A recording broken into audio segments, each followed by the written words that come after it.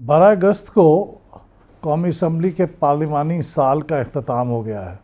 ये कौमी असम्बली की 5 साला मुद्दत का चौथा साल था। तो इस दफ़ा की रिपोर्ट में तफसीली रिपोर्ट तो वेबसाइट पे मौजूद है, वो आप वहाँ देखिएगा, लेकिन उसके कुछ मुंतखब नकात मैं आपके सामने रखना चाहता हूँ। सबसे अहम बात जो किसी भी लेजिस्लेचर के बारे में समझी जाती है कारकर्दगी के लिहाज से कि उसने कितनी कानून साजी की है। चौथे साल के अंदर 55 यानी 55 लॉज इस असम्बली ने पास किए हैं, और ये पिछले साल 60 किए थे। तो इसका मतलब है कि कुछ कमी हुई है तकरीबन पिछले साल के मुकाबले में कुछ कानून साजी में। इसी तरह से अगर आप इसका जायज़ा लें कि पिछले 4 सालों के दौरान जो एवरेज 15वीं कौमी असम्बली के कानून साजी हुई है, तो वो 155 कवानीन पास हुए हैं।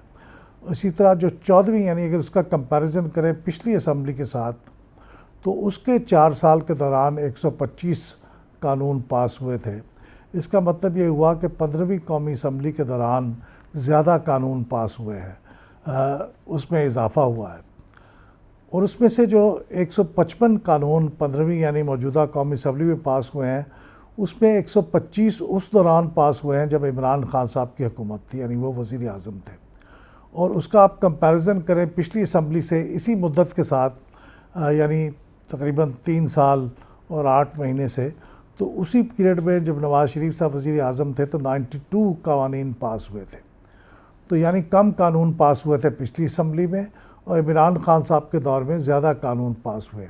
ये और बात है कि उनमें से बाज़ कवानीन ऐसे भी थे तो एक दिन में 33 कवानीन जॉइंट सेशन से पास किए गए, लेकिन वो अलग बात है। लेकिन ज़्यादा कवानीन कानून साजी इस असम्बली के दौरान हुई है।